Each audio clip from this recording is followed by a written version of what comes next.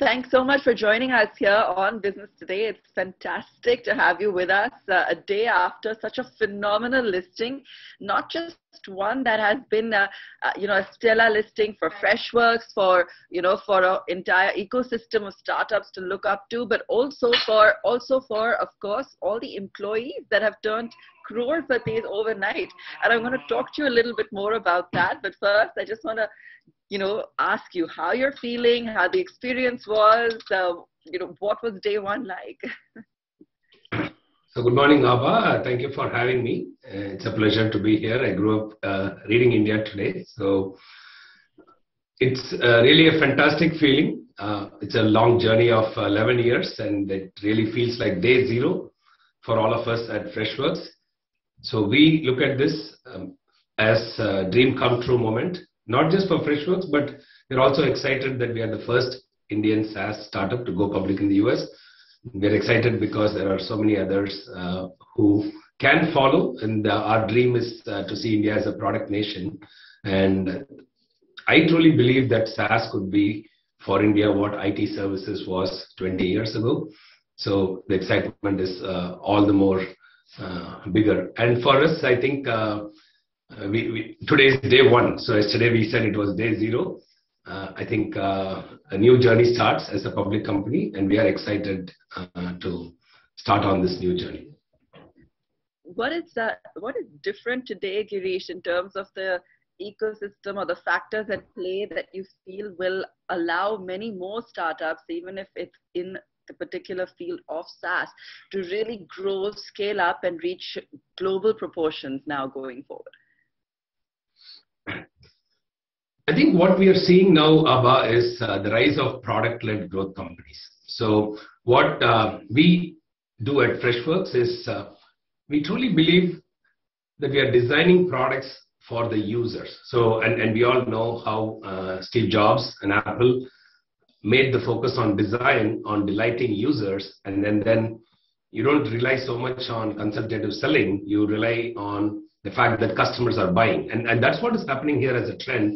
Product-led growth has become a buzzword in the last few years. And at Freshworks, we've been doing it since 2011, ever since we launched our first product. Freshworks products are bought by the users. Like people come online, they sign up for a trial, and they evaluate the product and they like it, and then they take it into their companies.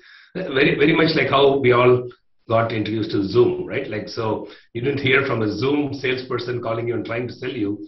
You saw everybody using it, you liked it, and then you tried, and today we are using Zoom.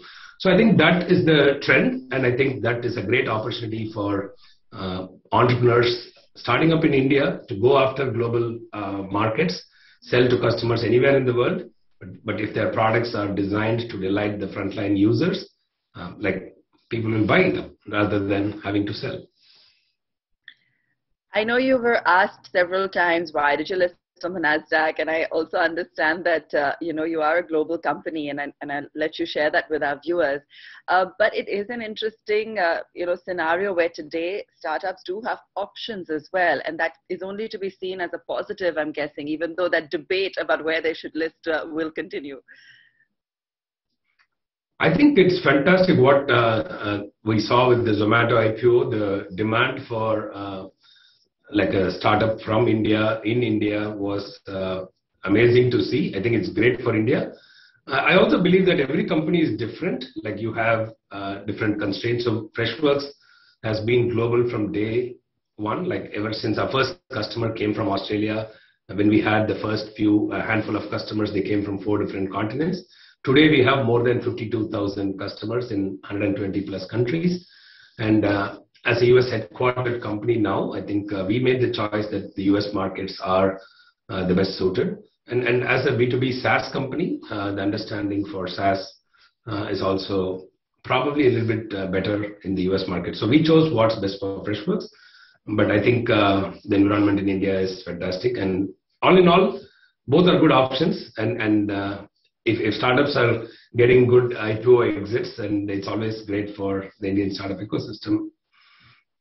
This is a dream moment, isn't it, Girish? There's so many startups and so many Indians around the world who must have seen you yesterday and wondered, okay, this is an amazing story. Where did it begin? So tell our viewers, because when you first started out, I remember you picked Chennai.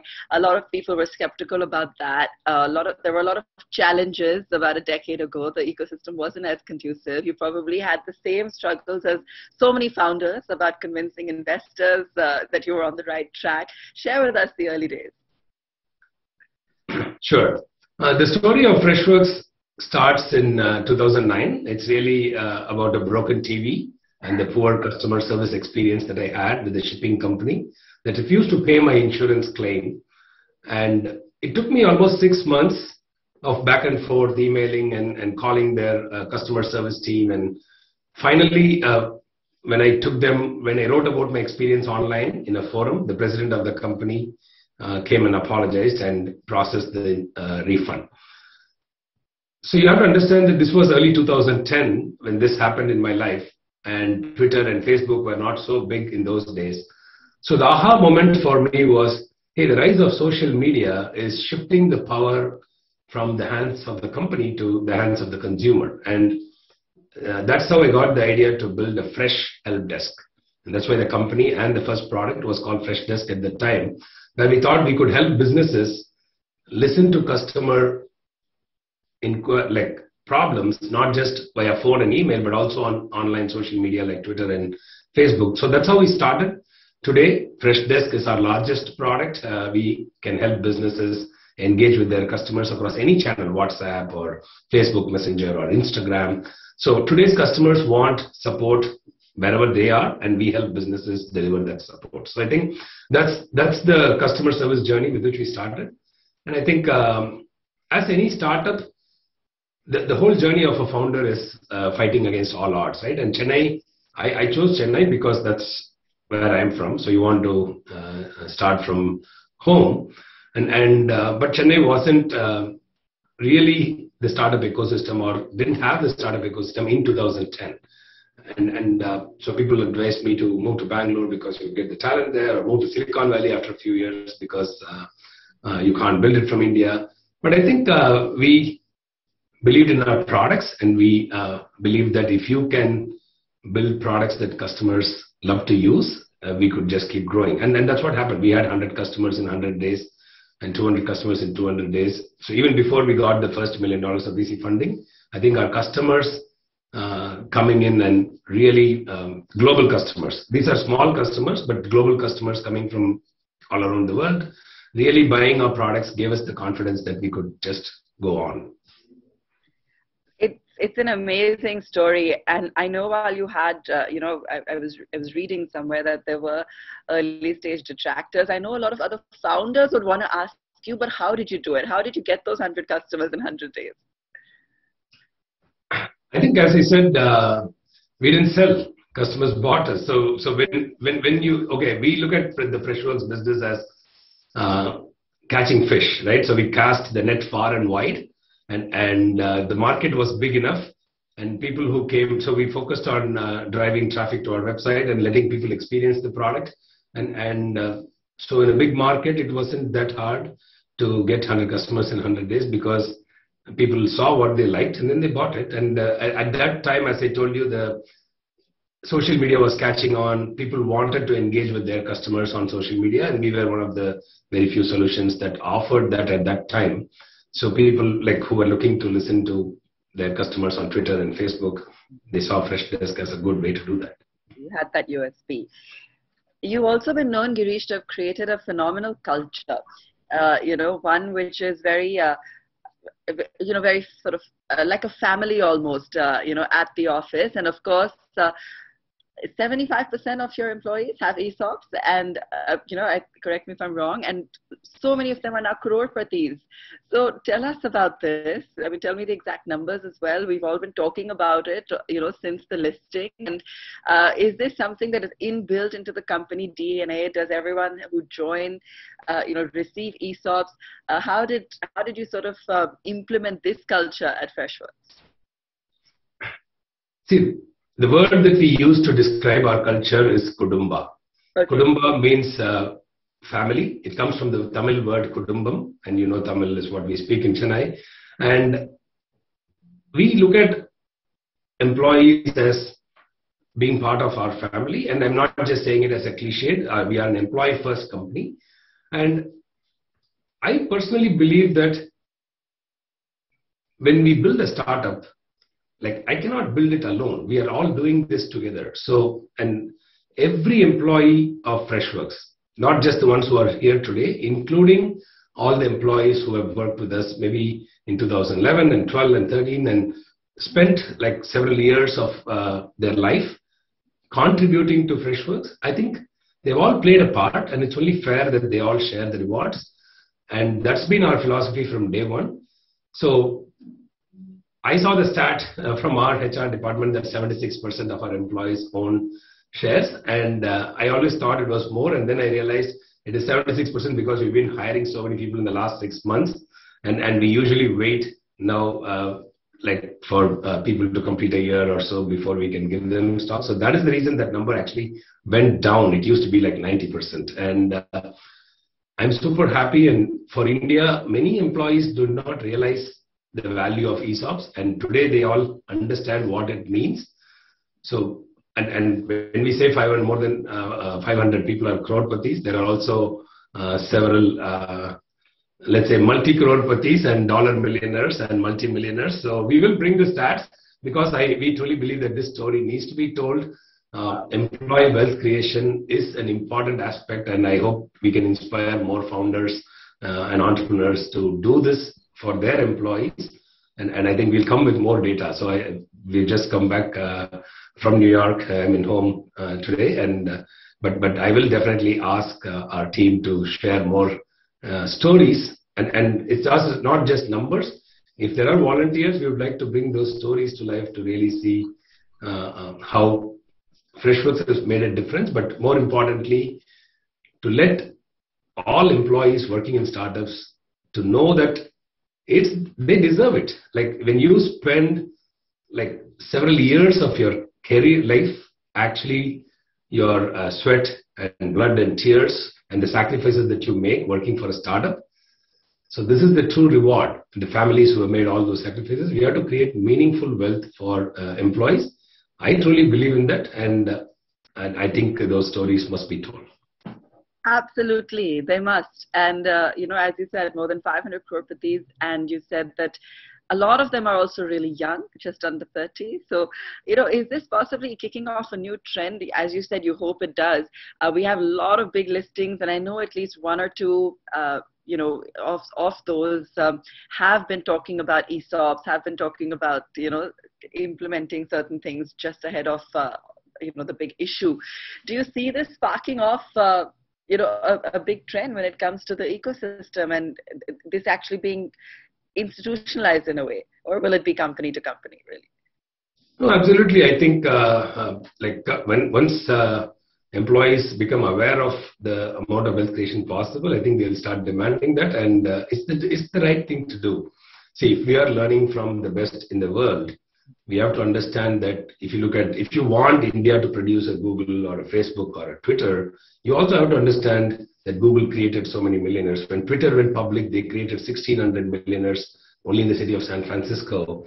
So, like, if you want India as a product nation, it's not about just the founder making all the money. It's about really empowering everybody to be co-founders, right? They're like all employees are owners of the company, they're shareholders.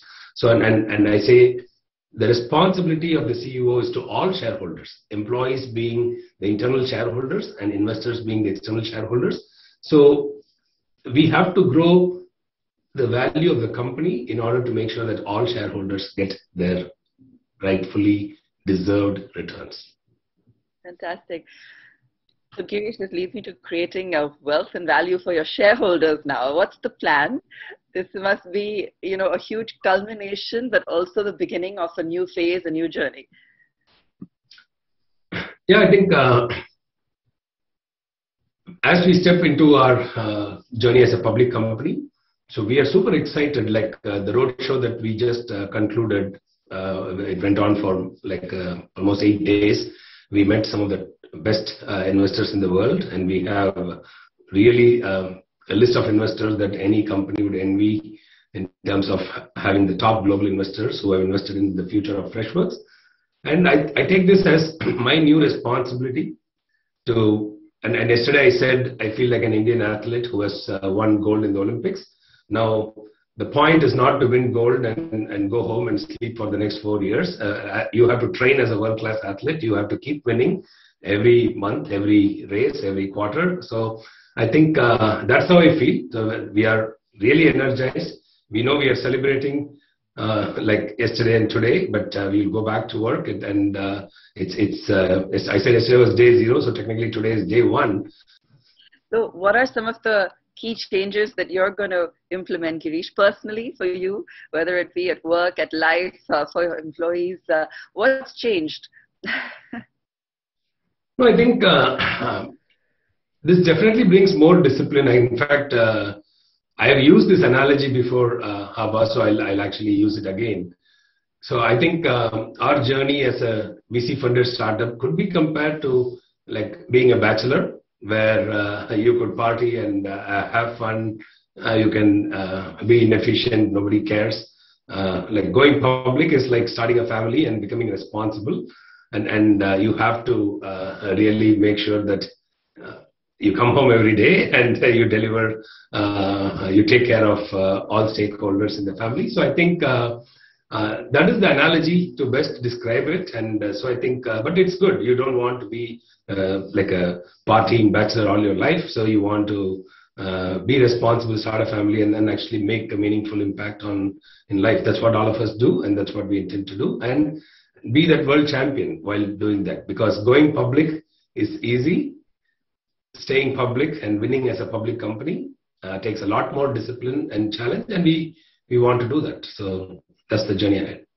And I saw that at the listing, you were with your family, your little puppy, your dog, and you know, it was lovely to see that. You know, for you, you're going to be an icon for so many young startups here. And I know you also invest. You have a football club in Chennai. You also invest. So you're really connected with the youth, you know, through all these different platforms. When you're looking out for new ideas to invest in, are there any specific things that you look for? Any advice that you'd like to give young entrepreneurs today, you know, in terms of what can really help them to move ahead in their plans? Yeah, so I've personally invested in like a lot of startups as an angel investor, but recently we have also launched Together Fund, specifically to focus on global businesses from India. I think what we look for is truly passionate founders who deeply believe in solving some problems, and they have a right to win in those areas. So I think that's the kind of founders we want to back. At the end of the day, they should be able to attract a top team and build great products and operate in large markets. So I think these are all common, but for me personally, I look for passionate people, passionate founders who just won't take no for an answer. Right. Girish, thank you so much for joining us. It was a pleasure speaking with you, and congratulations once again. Thank you for having me, Abba.